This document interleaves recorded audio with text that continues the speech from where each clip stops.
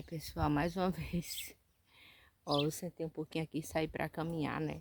Que é muito bom para circular o sangue da gente. E eu parei e sentei aqui, ó, na sombra dessa árvore aqui. E eu tava me lembrando de Jonas, porque Jonas, Deus mandou ele para Nínive e ele foi para Tarse, né? E Deus enviou uma tempestade e o barco que ele ia começou a naufragar. E as pessoas desesperadas colocavam tudo que tinha no seu barco para fora, para ver se eles conseguiam salvar suas vidas e o barco não afundar, né? Enquanto isso, Jonas dormia descansadamente lá no porão. Mas alguém disse para Jonas, né? O que faz aí dormente, né? Jonas, quando ele se levantou, ele se lembrou que quem estava desobedecendo a Deus era ele. Deus tinha mandado ele para Nínive e ele foi para Tarsis. Mas por que Jonas fez isso? Fez isso porque as pessoas lá de Nínive eram homens bárbaros. Quando eles pegavam as pessoas em guerras, eles degolavam, eles esquartejavam, eles não tinham dó, eles eram mal mesmo de verdade. Porém, para Deus o que importa é se a pessoa se arrepende, né? E Deus tinha colocado um propósito de destruir aquela cidade. Mas ele sabia que se alguém chegasse lá e falasse que o que eles faziam era errado, eles iam se arrepender. E Jonas sabia que Deus era misericordioso. Então, ele não queria que Deus se arrependesse e destruísse aquela cidade, porque ele já tinha feito muito mal a Israel, né, nas guerras. E ele era um judeu, né? Ele era um israelita, né? E, irmãos, como o coração do homem é rancoroso, né? Sempre desejando mal ao seu próximo. Mas quem somos nós para desejar mal ao nosso próximo? Porque todos nós falhamos diante de Deus. Alguns são muito mal mesmo, de verdade, mas isso não cabe a nós decidir o seu futuro. Deus é quem sabe no futuro se aquela pessoa vai se tornar uma pessoa boa, uma pessoa que é um servo de Deus. E às vezes a pessoa é um servo de Deus e mais na frente se descuida, perde o alvo e acaba fazendo coisas muito ruins também, né? Então, o futuro da gente pertence a Deus. Temos que lutar pela nossa salvação. E, enfim, as pessoas não queriam morrer afogado, e então quem foi jogado para fora do barco foi Jonas.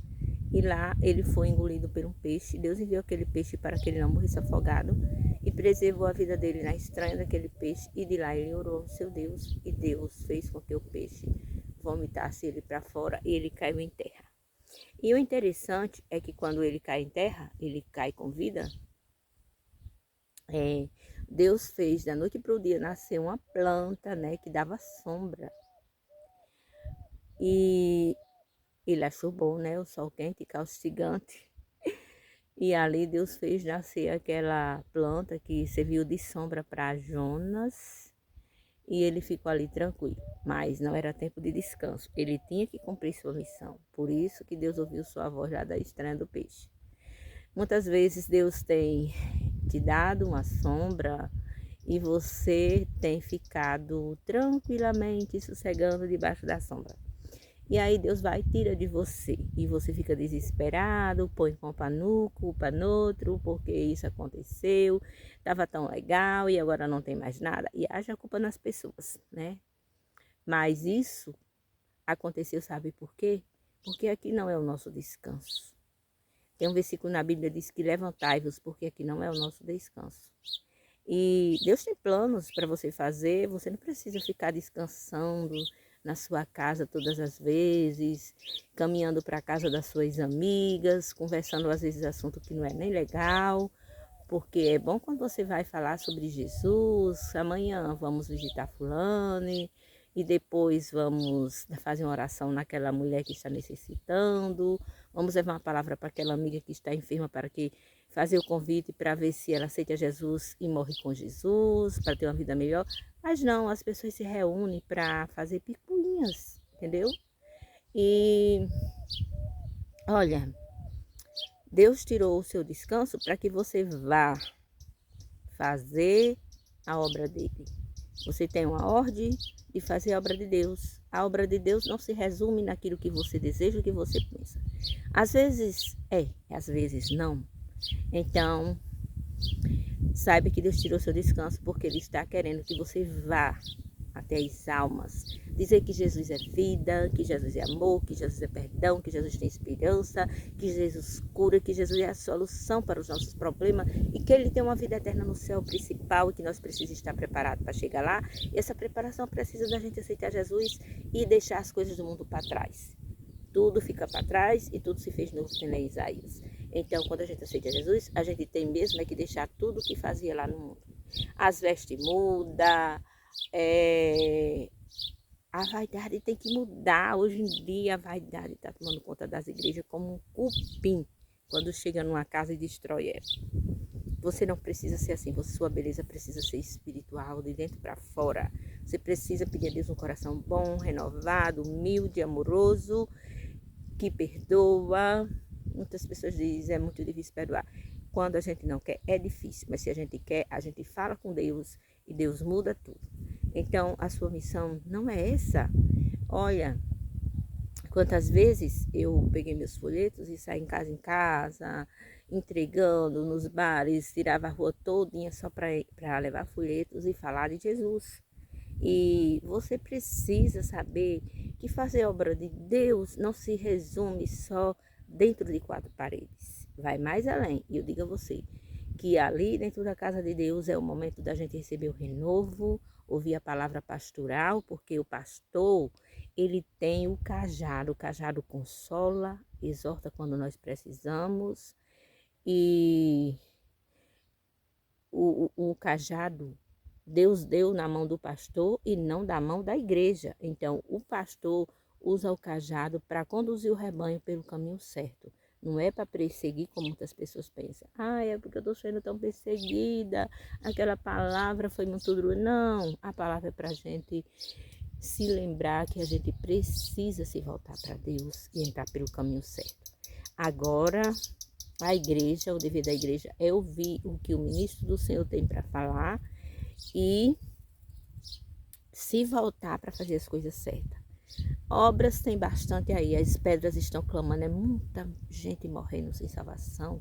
Aí eu me lembro daquele hino que diz assim: posso tendo as mãos vazias, com Jesus eu me encontrar, quantas almas poderia ao Senhor apresentar. Será que você tem almas para apresentar a Deus? Ou será que você tem para Deus suas mãos sujas?